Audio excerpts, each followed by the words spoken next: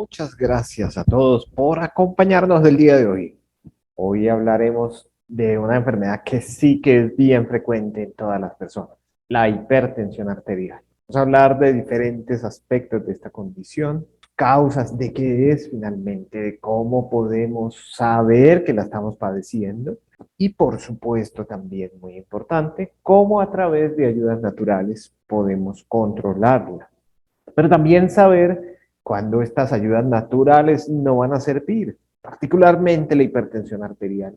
Es una condición en la cual se traslapan muy bien, se unen, se fusionan el control natural de las enfermedades y el control farmacológico. De estas condiciones en las cuales habitualmente necesitamos manejar las dos opciones, las dos posibilidades. Si está una enfermedad en la cual de hecho van bastante bien, las modificaciones del estilo de vida, el tratamiento natural, también el tratamiento farmacológico cuando está plenamente indicado.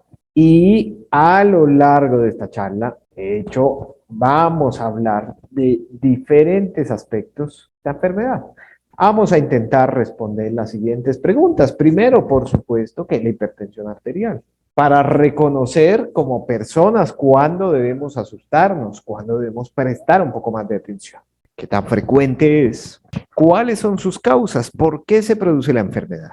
¿Cuáles son las complicaciones que produce esta hipertensión arterial en nuestro cuerpo, en nuestro organismo?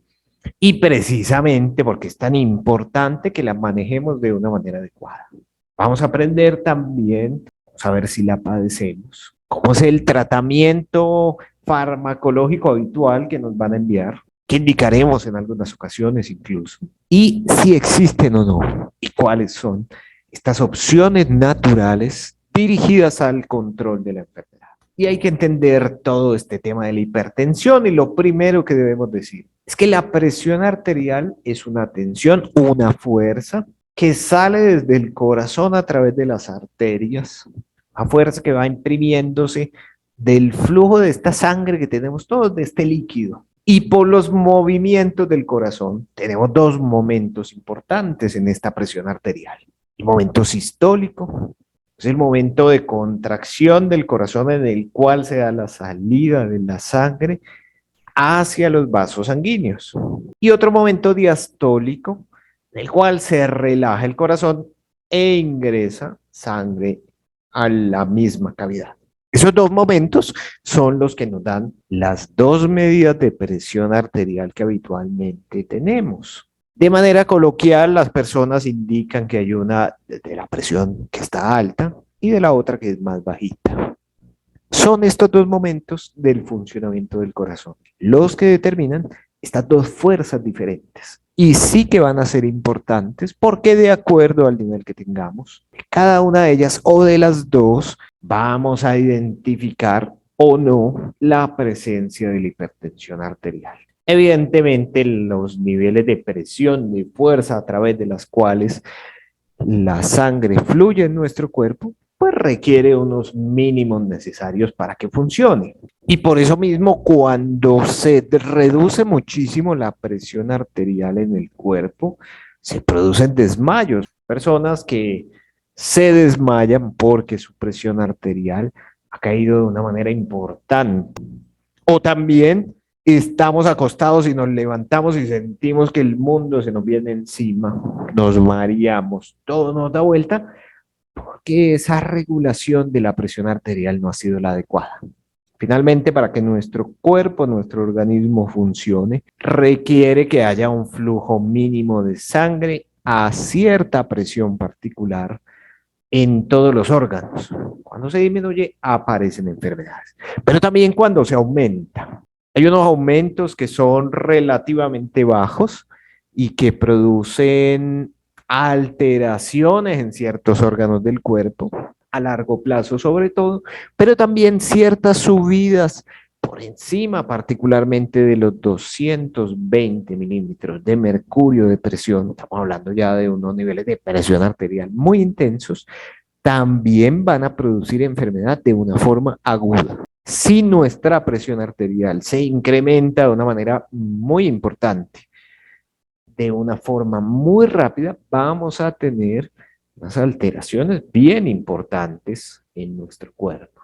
Y cifras máximas, ya veremos cuáles son esas cifras máximas, desde las cuales entendemos se producirán daños en tejidos y órganos del cuerpo, en el corazón, en el cerebro, en las arterias, en los riñones, en la retina, cuando tenemos niveles sostenidos relativamente altos de la presión arterial. Vamos a tener alteraciones importantes en nuestro estado de salud. Precisamente el tema de la charla busca reconocerlos de forma prematura y dar recomendaciones de manejo. Y sí que las podemos hacer para evitar alteraciones importantes en nuestro estado de salud. La presión sanguínea básicamente es una fuerza que ejerce el fluido, en este caso la sangre, sobre las paredes de los tubos, en este caso las arterias. Como este tubo no es un tubo ni de PVC ni de metal, sino que es un tubo elástico generado con nuestros mismos tejidos. Entonces se puede agrandar o se achica de acuerdo a las demandas que necesita nuestro cuerpo. Presiones altas, fuerzas elevadas sobre estos tubos que tenemos todos dentro de nuestro cuerpo son los que van a producir modificaciones importantes en su composición y posteriormente también en su funcionamiento. Realmente la hipertensión en la mayoría de los casos, de forma aguda, es un mecanismo que permite el funcionamiento natural del cuerpo. Pero cuando este mecanismo se activa de forma constante y permanente en el tiempo, se van a producir daños y alteraciones a diferentes niveles de nuestro organismo. Y la regulación de la presión arterial, de hecho, es bien compleja. Pero vamos a resumirlo en 3 puntos particulares y el primero es lo que conocemos médicamente como el reflejo baroreceptor.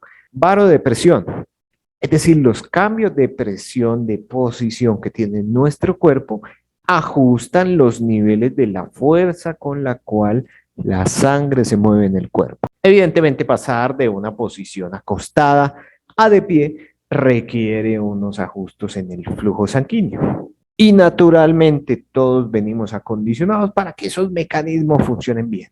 Y entonces nos paramos después de estar acostados y funcionamos de una manera adecuada.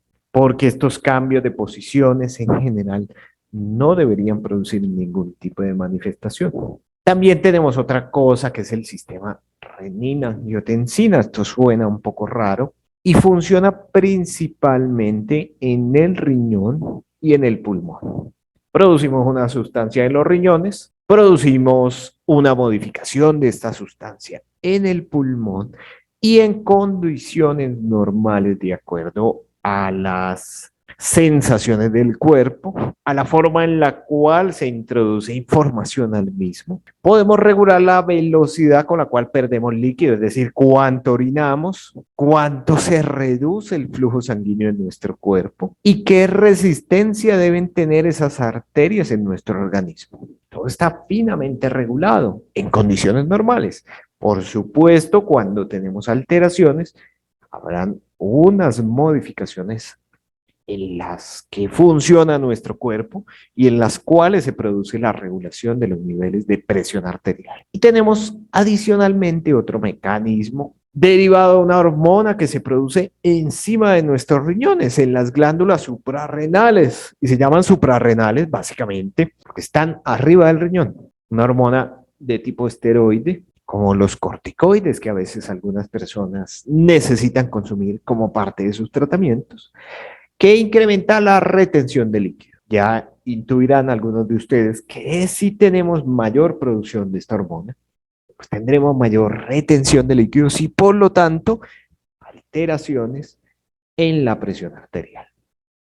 En condiciones normales, y esto es bastante simplificado, todos los sistemas distintos van a funcionar muy bien. En condiciones de enfermedad, estos sistemas no van a funcionar de hecho como debieran serlo y va a aparecer la enfermedad. Hipertensión arterial aparece cuando tenemos niveles de presión de esta fuerza sobre las arterias sostenidamente altas en el tiempo. Entre más altos sean, pues peor nos irá en términos de la conservación de nuestro estado de salud.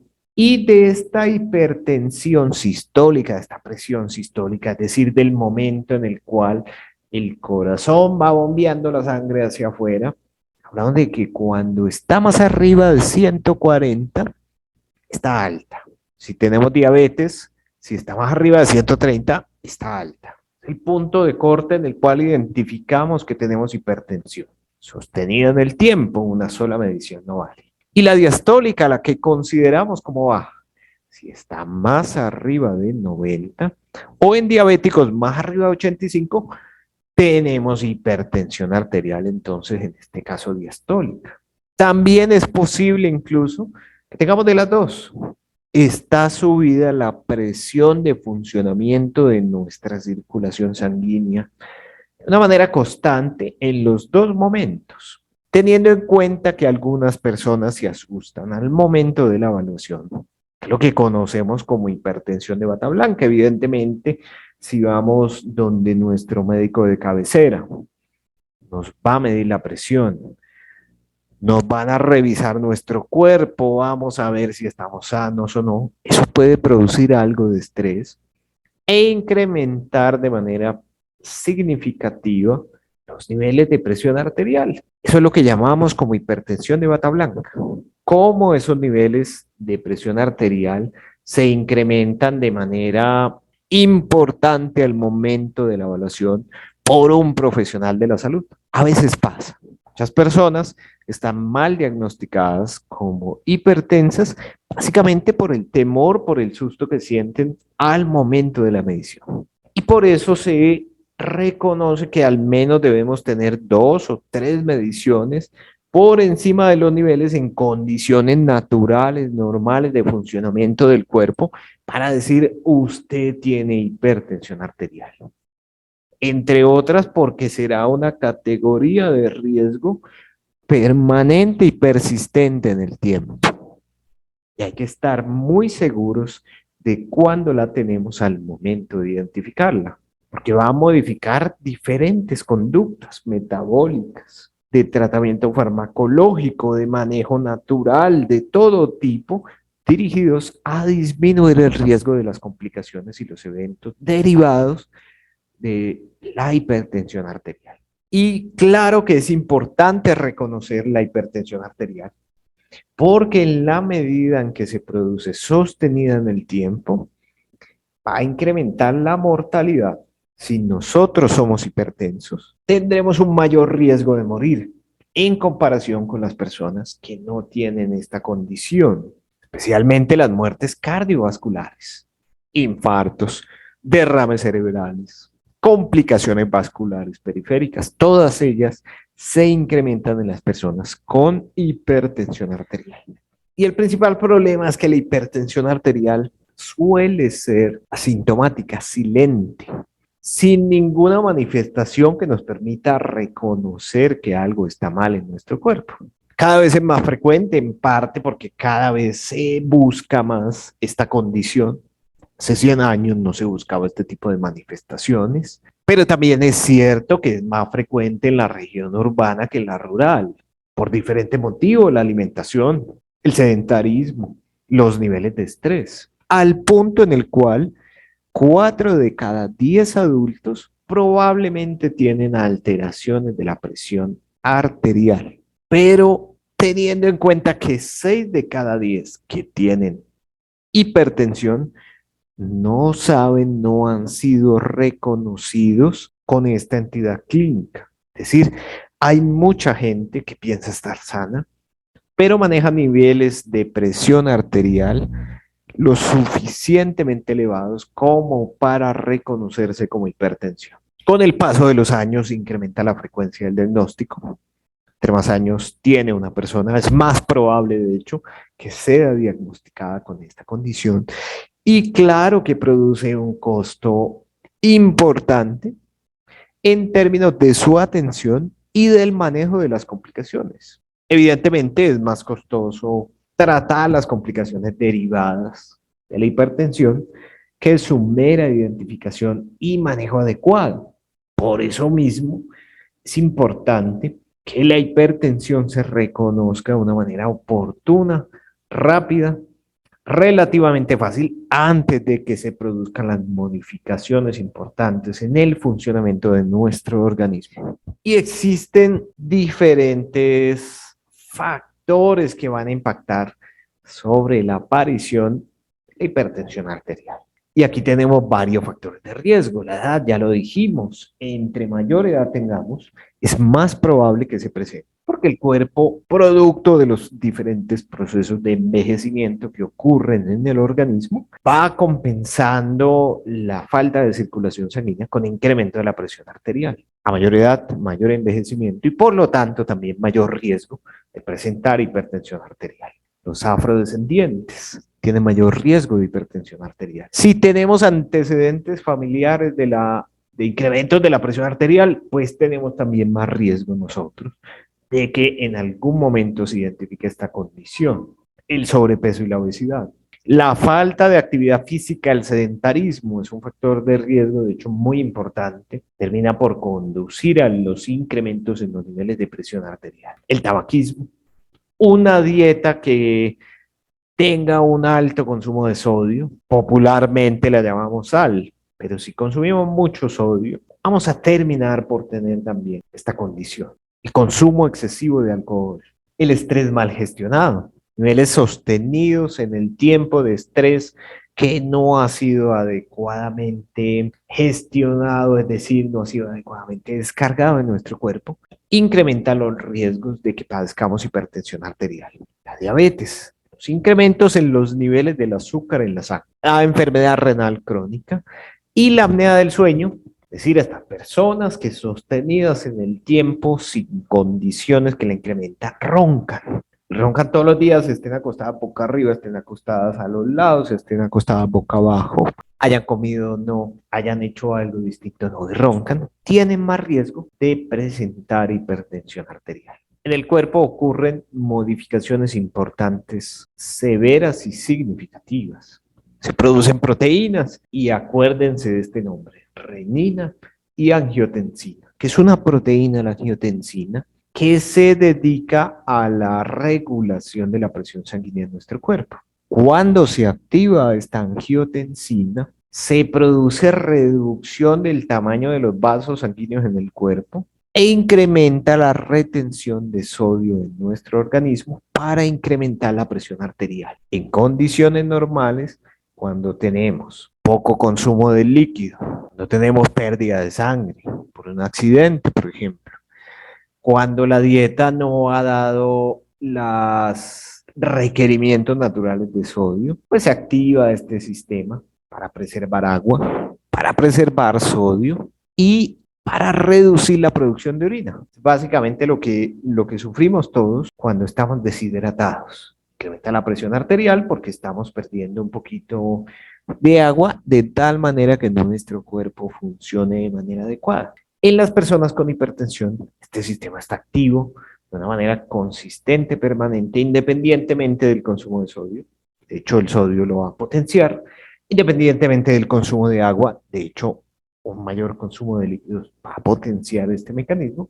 Es decir, se ha perdido la regulación natural de esta forma de termostato, de esta forma de circuito natural de control de la presión arterial y por eso va a estar incrementada de manera sostenida en el tiempo, independientemente de si estamos consumiendo mucho líquido o poco y si estamos consumiendo mucho sodio o muy poco. Por supuesto, una visión relativamente simplista, los mecanismos naturales que todos tenemos para la regulación de la presión arterial. Y cuando tenemos hipertensión, sí que van a haber varios mecanismos distintos que se activan en el cuerpo que van a afectar de forma significativa e importante el funcionamiento de todos estos mecanismos naturales del organismo para la regulación de los niveles de hipertensión, de los niveles de presión arterial. Agentes tóxicos que producen efecto. Estamos hablando de una intoxicación, más que como tóxicos que están permanentes en nuestro cuerpo sí que entran, producen una alteración en la regulación de nuestro organismo. Se oxida nuestro cuerpo, se altera el microambiente a través del cual funcionan nuestras células. Se modifica este eje de la renina, de la angiotensina, de la aldosterona, todos factores hormonales endocrinos que funcionan de manera natural en nuestro organismo para la regulación del funcionamiento de nuestra circulación sanguínea. Se remodelan las paredes de las arterias y se envejecen. Y claro que este paso del envejecimiento vascular, es decir, del envejecimiento de las arterias y las venas, es similar y ocurre al tiempo con el envejecimiento de otras estructuras corporales. Después de los 34 años, estamos envejeciendo porque no tenemos la capacidad de regenerar, de recuperar los mecanismos naturales a través de los cuales funciona nuestro organismo en condiciones normales. Y para la mayoría, de hecho, de los tóxicos a los cuales nos exponemos, el cuerpo tiene la capacidad de eliminar estos agentes tóxicos. Los elimina así como entró, da su ciclo natural de circulación a través de la sangre y se elimina por diferentes vías. Pero cada uno de estos agentes tóxicos que ingresan va a producir un efecto en el cuerpo importante y significativo, haciendo daño en los tejidos. Y en la medida en que estos daños y alteraciones sean sostenidos en el tiempo, se va a producir mayor cantidad de daño. ¿Cuáles agentes son considerados como tóxicos? Aquí ponemos los más frecuentes y por supuesto que hay muchos más. Alimentos fritos, el azúcar refinada, los alimentos procesados, es decir, aquellos que tienen colorantes, conservantes y saborizantes. Contaminación del aire. En algunos contextos, la contaminación del agua que consumen las personas. Todos ellos están cargados de agentes que van a producir toxicidad, es decir, daño relativo, sostenido y constante sobre los diferentes tejidos y órganos del organismo. Y por ahí va empezando la hipertensión, porque algunos de ellos producen daños sobre las arterias, sobre las venas, a través de las cuales circula la sangre en nuestro cuerpo. Y nuestro cuerpo se oxida de manera constante. Mientras estoy diciendo esto yo, y mientras usted escucha estas palabras, algunas zonas del cuerpo están sometidas a este fenómeno de oxidación. Si tenemos inflamación crónica o si tenemos incluso inflamación aguda, también se está incrementando la oxidación. Si es una inflamación crónica que circula a lo largo de la sangre, las arterias se están oxidando en este momento. Si tenemos incremento en los niveles de colesterol en la sangre, las arterias se están oxidando, por supuesto. Y esta oxidación se produce porque los mecanismos naturales a través de los cuales nuestro cuerpo puede de forma normal controlar estos fenómenos oxidativos se han rebasado. El cuerpo se está oxidando a una velocidad más intensa de la que puede controlar. Y generalmente cuando nuestro cuerpo se empieza a envejecer, es decir, generalmente después de los 32 a los 34 años, tenemos un balance prooxidante en nuestro cuerpo. Porque el cuerpo ya solo no es capaz de mitigar estos efectos prooxidantes que ocurren en el organismo. Se va generando un daño sostenido, irreversible en cada uno de los tejidos, de las células, de los órganos del organismo. Perdemos la capacidad de recuperar, de reparar los tejidos diferentes de nuestro cuerpo. Dentro de eso están las arterias. Y cuando ocurre un fenómeno oxidativo, especialmente importante en las arterias, se incrementa la aparición de la hipertensión arterial. Y entre célula y célula, más o menos como si lo lleváramos a un ambiente coloquial, entre vecino y vecino se altera esa comunicación que tiene. No llegan los nutrientes que deberían estar. Se inflaman porque están dañados. Se altera la producción de hormonas. Eso también va a terminar por contribuir al desarrollo de la hipertensión arterial. Nuestras palabras clave de esta sesión: renina, angiotensina, aldosterona, suenan raras. Se volvieron un poquito famosas con la epidemia del COVID, porque de hecho las personas con hipertensión tenían más riesgo de complicaciones derivadas de la infección por COVID. Y básicamente porque habían consumido medicamentos que producían como efecto secundario el incremento de receptores de angiotensina. Y a través de esos receptores ingresaba el COVID al pulmón y producía una enfermedad más severa. Pero esto ha pasado siempre, antes del COVID y seguirá pasando después de él, porque se altera el funcionamiento de este mecanismo natural que permite la regulación del nivel de agua en el cuerpo, de los niveles de fuerza a través de los cuales la sangre fluye en las arterias y puede producir hipertensión o puede producir hipotensión, o en la mayoría de los casos, de hecho, está en niveles normales. Y estas alteraciones producen también modificaciones en la forma en la cual las células de nuestro cuerpo funcionan, porque todos son señales químicas que migran a través de nuestro cuerpo. Y si son señales químicas y le meto más señal en algún momento, el organismo va a perder la capacidad de regular de forma natural el funcionamiento que tiene, funcionamiento con el cual logra realizar todas sus actividades. En algún momento se revienta esa pita y las señales sostenidas de intoxicación, de inflamación, de oxidación y alteraciones de la angiotensina, de la renina, de la aldosterona, es decir, de estos mecanismos naturales que tenemos para la regulación de la presión sanguínea, producen modificaciones importantes en el calibre de nuestras arterias. Se acumula grasa, se inflaman particularmente local en ese sitio, pierden la elasticidad natural como tejido, acumulan fibra, se arma una cicatriz y por lo tanto se pierde el tamaño. Esa pérdida del tamaño es la que termina por producir en algunos momentos un infarto agudo del miocardio, un infarto cerebral, la enfermedad renal crónica. Ya no circula la sangre como debiera hacerlo. El cuerpo intenta reparar nuestros tejidos, no puede hacerlo de forma correcta y vamos haciendo cicatrices en nuestro vaso sanguíneo, en nuestras tuberías, hasta cuando pues la tubería no es capaz de soportar el flujo sanguíneo natural para llevar los nutrientes a todas las partes del cuerpo. Este es el momento en el cual aparecen las complicaciones de la hipertensión. Estamos hablando de años, de enfermedad no controlada persistente en el tiempo. Y se envejecen las arterias, se envejecen las venas, vascular, es un proceso progresivo en el tiempo, con incapacidad para recuperar los diferentes tejidos perdidos, con incapacidad para renovarlos como debieran estar. Y hay una alteración funcional, hay una alteración en la forma en la cual la arteria logra circular la sangre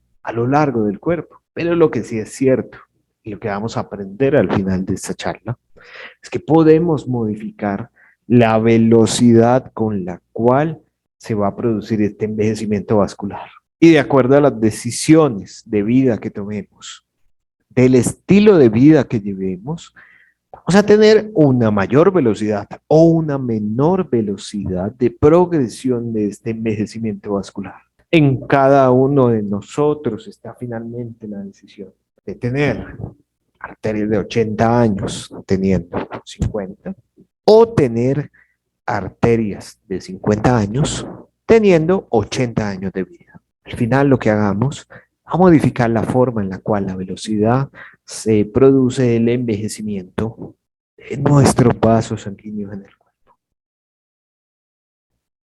Por supuesto que debemos identificar la hipertensión. Entre más pronto se haga, tendremos mejores resultados. La mayoría de las veces no vamos a tener síntomas. Es decir, no vamos a identificar la hipertensión por alguna molestia que tengamos, salvo que ya tengamos alguna complicación. Si la tenemos, podemos sentir dolor de pecho, palpitaciones, es decir, como que el corazón se sale del pecho, retención de líquidos en las piernas, dolor de cabeza, visión borrosa, una mayor necesidad de orinar en las noches, la misión nocturna, mareos, vértigos, dificultad para respirar. Pero nuevamente, los síntomas de la hipertensión aparecen cuando tenemos ciertas complicaciones ya en algunos órganos, en algunos tejidos del cuerpo. En las condiciones habituales, de hecho, no va a producir ningún tipo de molestia. En toda persona con riesgo de hipertensión o identificada como hipertensa, debemos evaluar los factores de riesgo. Si tiene historia familiar o no de hipertensión, si fuma, si consume alcohol de forma regular, si tiene alteraciones de los niveles de colesterol en la sangre, si padece de diabetes, si tiene algún tipo de enfermedad renal crónica o aguda y sus hábitos de alimentación, de actividad física que van a modificar el riesgo de que se presente una complicación derivada de la hipertensión o no. Y esto sí que va a ser importante en términos de determinar la necesidad del tratamiento. Generalmente cuando vamos a diagnosticar hacemos un monitoreo de 3 a 7 días, salvo los casos en los cuales se hace un holter de presión arterial, los cuales dura 24 horas. El equipo que está ligado a un brazo, generalmente el brazo izquierdo, un equipo que captura la información de los niveles de presión arterial. Eso en 24 horas. Generalmente este tipo de equipos cada hora registran una toma de presión arterial. Pero si no tenemos este examen, pues podemos hacer un monitoreo de 3 a 7 días generalmente a diferentes horas del día, unos días en la mañana, otros días en la tarde, otros días algo en la noche, para ver los niveles de presión arterial.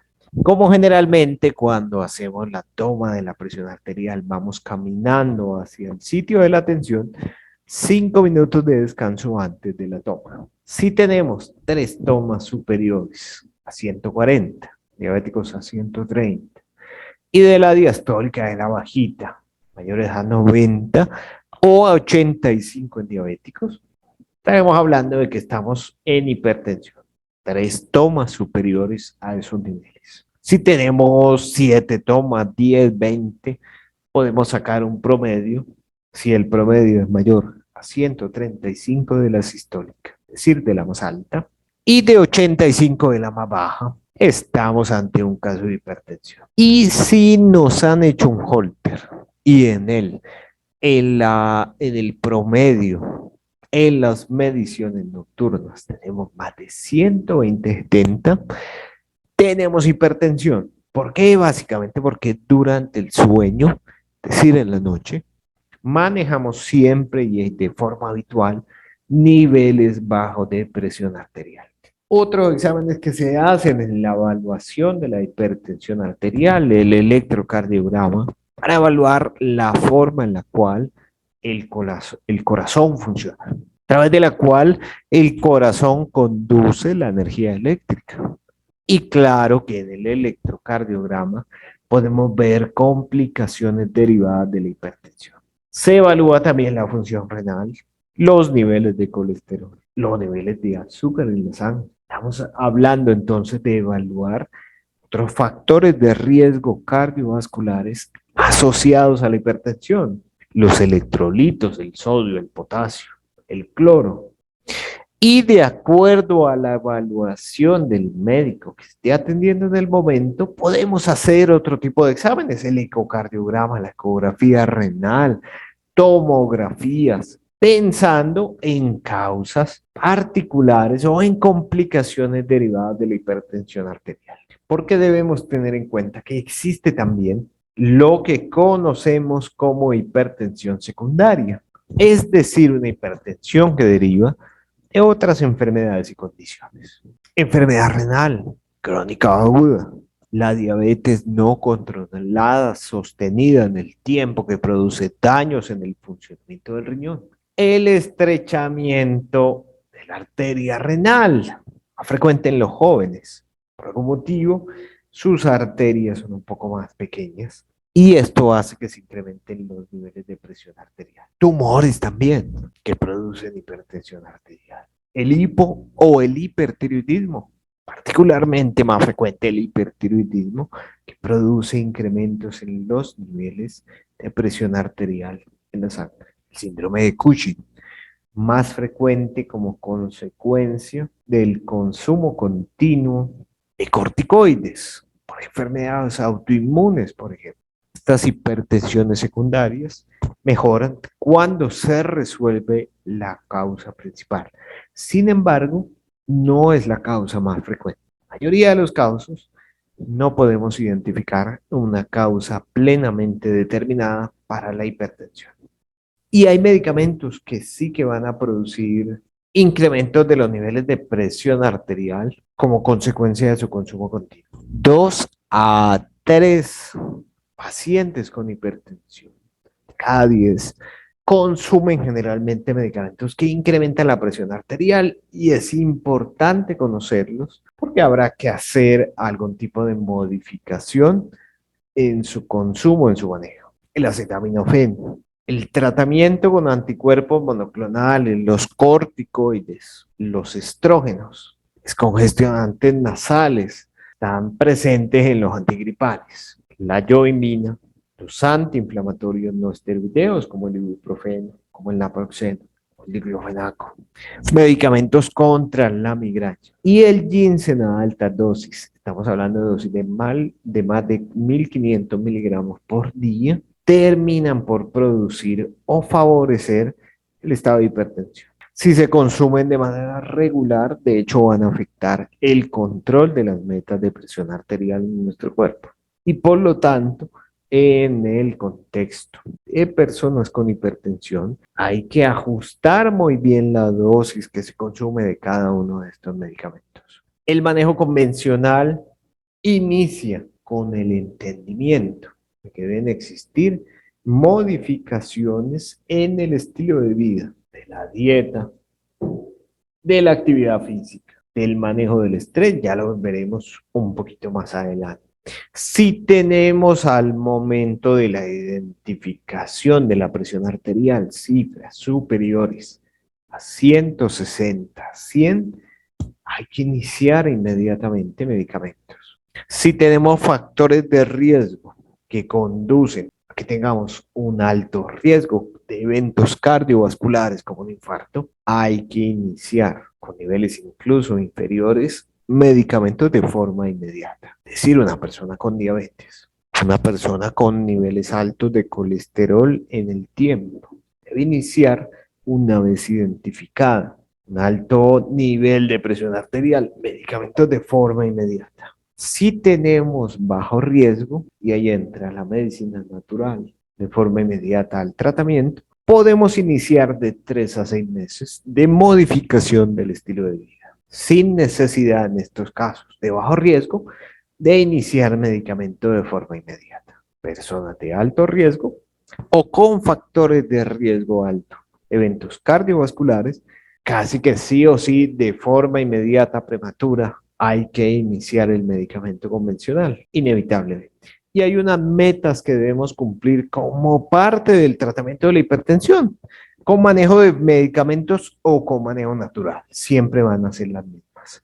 Si tenemos alto riesgo cardiovascular, estaremos buscando cifras de presión arterial entre 125, 130, 80. Y de bajo riesgo entre 125, 139 y menor de 90, la bajita la diastólica. Porque cada 20 unidades de esta medición que hacemos de la alta, de la sistólica, duplican el riesgo de complicaciones. Y cada 10 de la bajita, de la diastólica, duplican el riesgo de complicaciones. Es decir, siempre dentro de las metas de tratamiento, buscamos el control de los factores de riesgo y el control adecuado de los niveles de presión arterial de acuerdo al nivel de riesgo de los pacientes.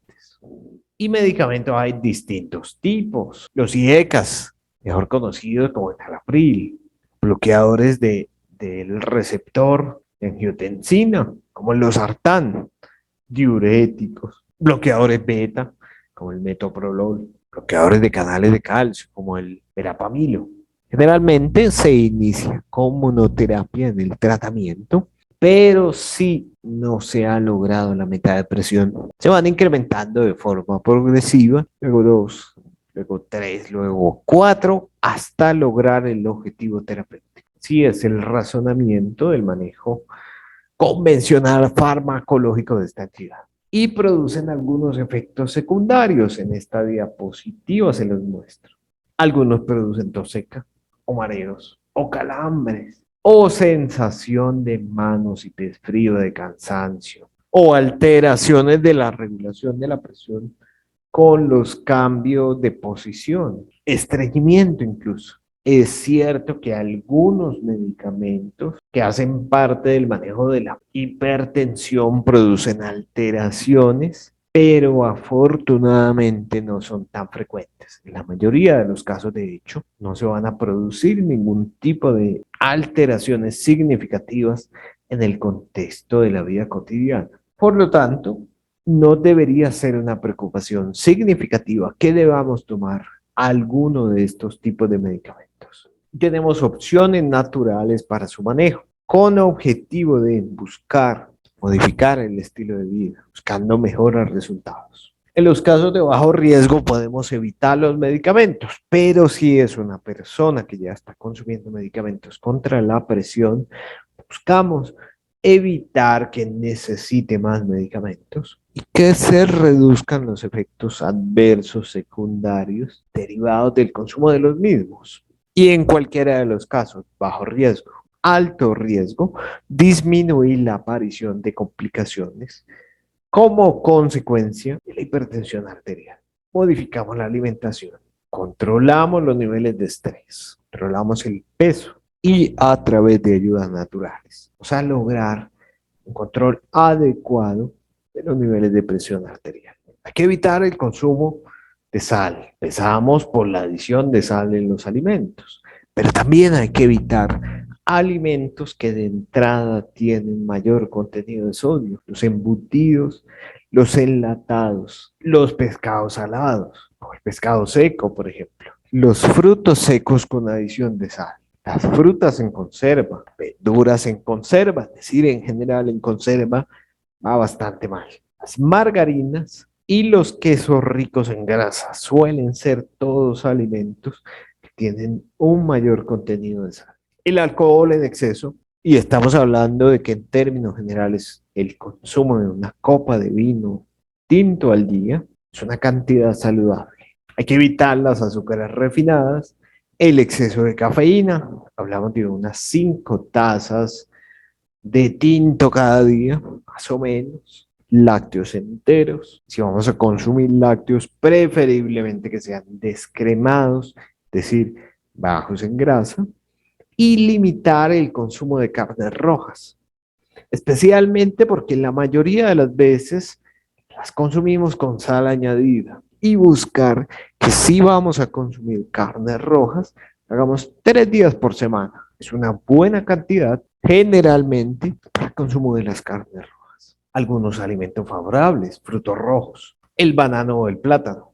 el tomate, cereales integrales, consumo del ajo, de la alcachofa como aditivos alimentarios, chocolate negro sin aditivos, el limón, en la medida en que podamos introducirlo a la dieta cotidiana, van a contribuir para reducir los niveles de presión arterial.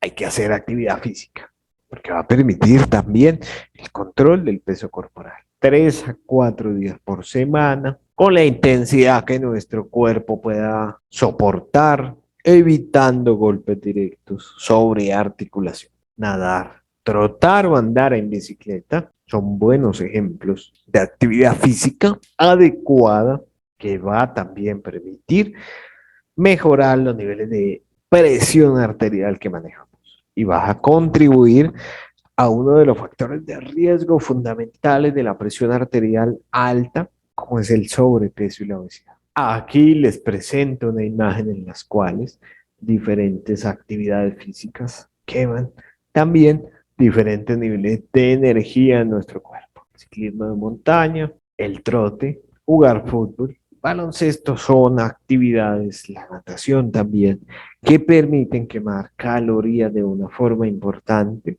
que básicamente lo que hay que hacer es ajustarlo de acuerdo a las complicaciones propias del organismo, la forma en la cual funciona nuestro cuerpo. Si tenemos o no alguna otra enfermedad, o si no la tenemos, nos permitirá hacer algún tipo de actividad distinta.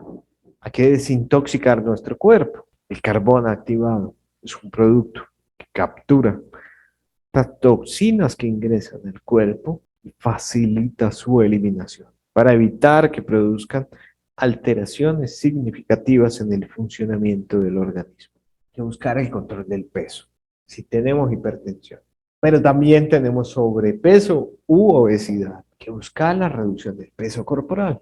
Alcachofo y el biosilueta permiten el control de este problema. No es inmediato, es un proceso, pero funcionan bastante bien en el control del mismo. Manejo emocional, hay que controlar el estrés, mejorar la calidad del sueño. La melatonina, la cápsula cada noche, mejora bastante bien la calidad del sueño, el estado emocional del cuerpo, del organismo. Si lo sumamos a realizar actividad física, alimentarnos bien, va a funcionar de hecho muy bien. Porque recordemos que de acuerdo a los asuntos emocionales que tenemos pendientes, vamos a tener también distintos sitios de dolor, de molestia en nuestra espalda, desde responsabilidades en exceso, con dolor del cuello, hasta necesidades básicas no satisfechas en la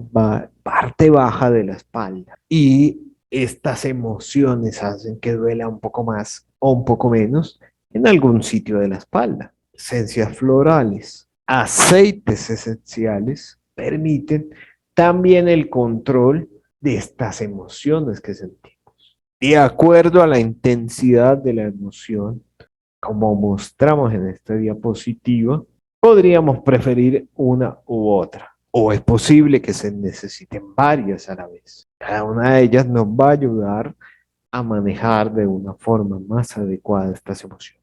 Y también hay que manejar la inflamación. Ya vimos que la inflamación ocurre como parte del proceso de desgaste de la hipertensión, el shot inmune, el Ostrix, el Cicalén o el consumo de ácidos grasos omega 3, 6 y 9 nos va a ayudar al control del proceso inflamatorio. Hay que controlar también la oxidación. El Benfer y el extracto de propóleo permiten el control de este fenómeno fisiopatológico. Para disminuir los niveles de presión arterial, el Gallic, tomando una cápsula líquida cada día, vamos a reducir los niveles de presión arterial.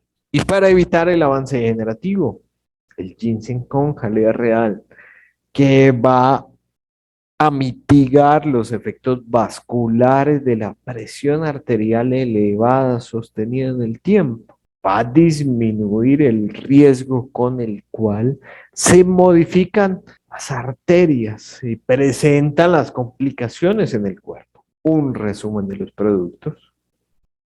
Recuerden que a nuestro WhatsApp 321-951-9733 pueden escribirnos para solicitar su teleconsulta gratuita. Igualmente también a través de nuestro correo electrónico contacto@iman.co o el WhatsApp 321-951-9733. Estaremos dispuestos a ayudarles. Gracias a todos por su atención. Nos veremos en nuestra próxima charla.